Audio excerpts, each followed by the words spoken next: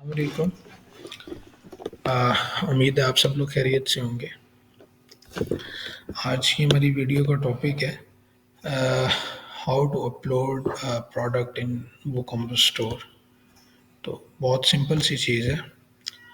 अगर आप वर्डप्रेस पे वूकॉमर्स प्लगइन इंस्टॉल करके स्टोर बनाते हो तो उस पर प्रोडक्ट कैसे अपलोड की जा सकती है। उसके लिए सबसे पहले तो आपको वर्डप्रेस को लॉग इन कर लेना है बैक एंड को।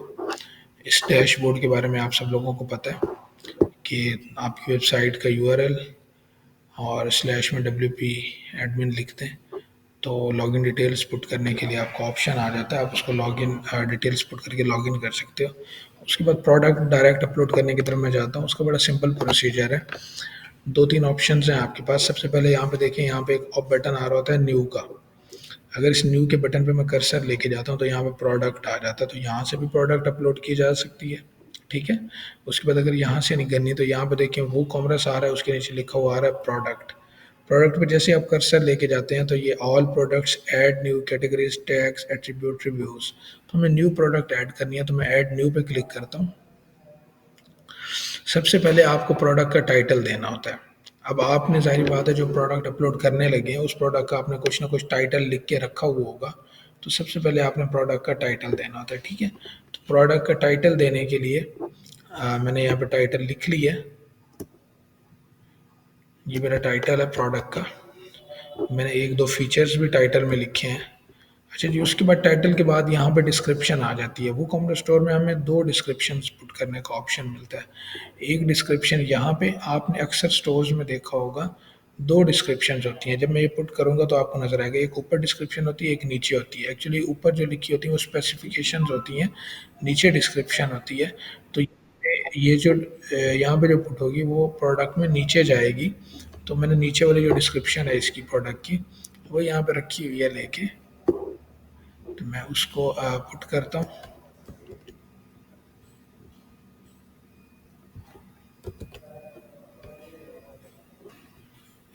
प्रोडक्ट की डिस्क्रिप्शन आ गई।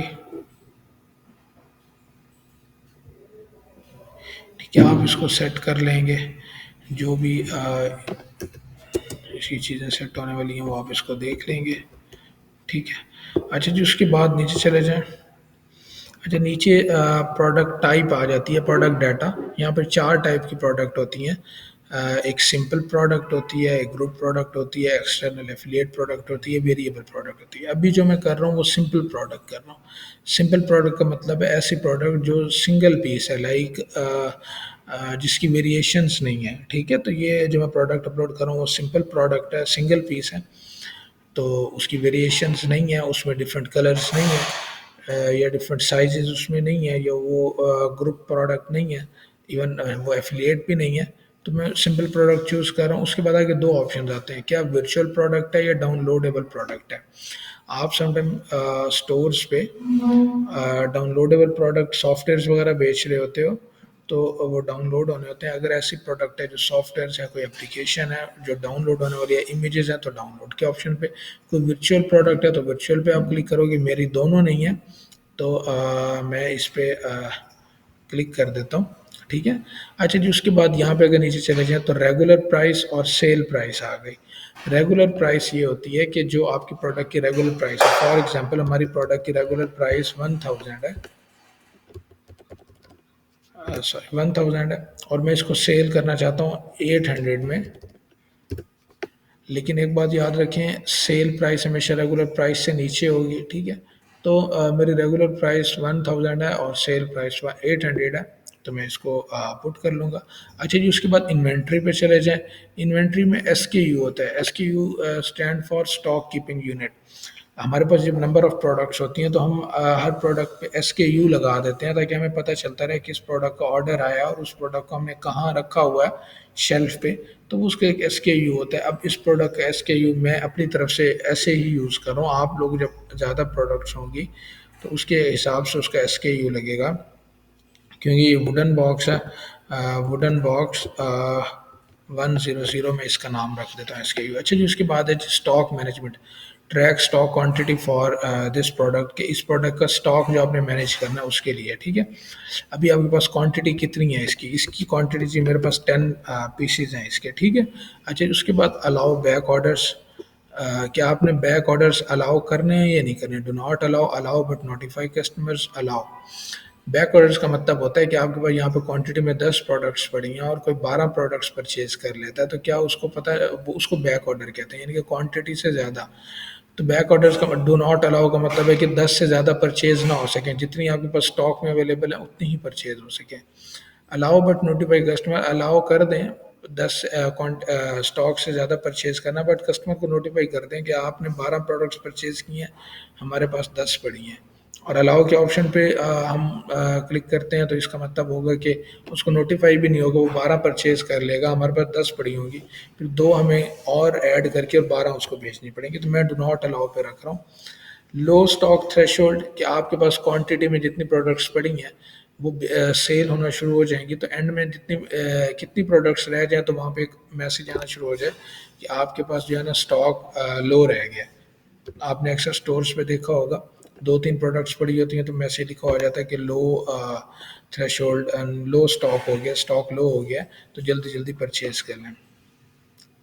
Sold individual limit purchase to item पर ऑर्डर, नहीं, मुझे कोई इस पर लिमिट नहीं लगानी, चाहे कोई 10 परचेज करना चाहता है, कोई 5 परचेज करना चाहता है, कोई 8 करना चाहता है, कोई 1 करना चाहता है, वो कर सकता है, ठीक है। अच्छा, जिसके बाद शिपिंग आ गई इसकी।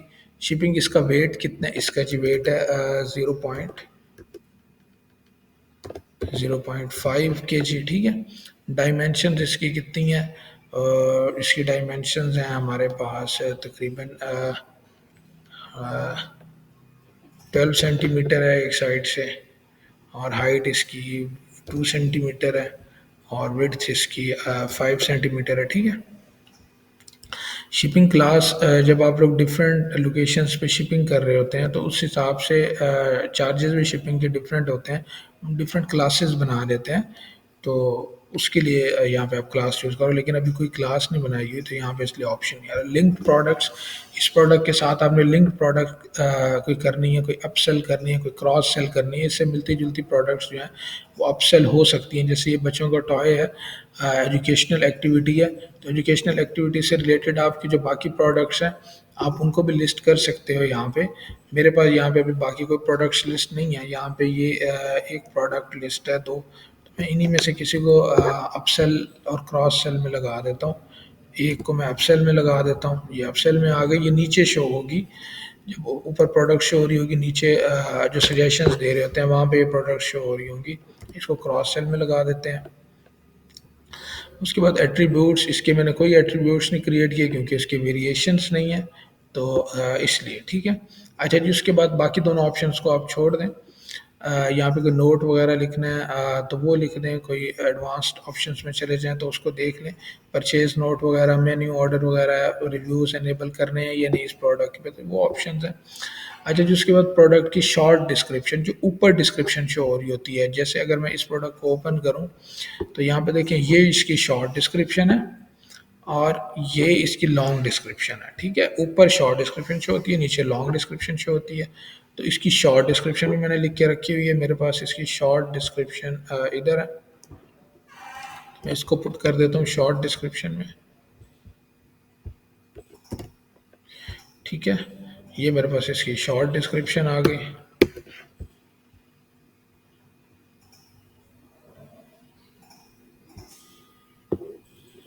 ठीक है। अच्छा जी, मेरे पास ये हो गई। इसके बाद मैं इस साइड पे आ जाता हूँ। यहाँ पे सबसे पहले प्रोडक्ट इमेज आ जाती है, ठीक है, कि इस प्रोडक्ट की जो मेन इमेज है, जो यहाँ पे इमेज शो होती है, ये वाली इमेज, ये इमेज हमने लगानी है। तो प्रोडक्ट इमेज मैं इसकी सेट कर देता हूँ जी, अपलोड कर लेता हूँ मैं प्रोडक्ट इमेज। ये हम इसकी प्रोडक्ट इमेज सेट कर देते हैं, ये वाली, या ये वाली प्रोडक्ट इमेज सेट कर देते हैं।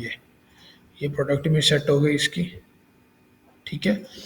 अच्छा जी, उसके बाद सेट प्रोडक्ट इमेज, ठीक है। उसके बाद आप चले जाएं, यहाँ पे प्रोडक्ट गैलरी है, अब इसकी बाकी जितनी इमेजेस हैं इस प्रोडक्ट की उनको अपलोड कर दें। गैलरी में डिफरेंट एंगल्स की पिक्चर्स होंगी।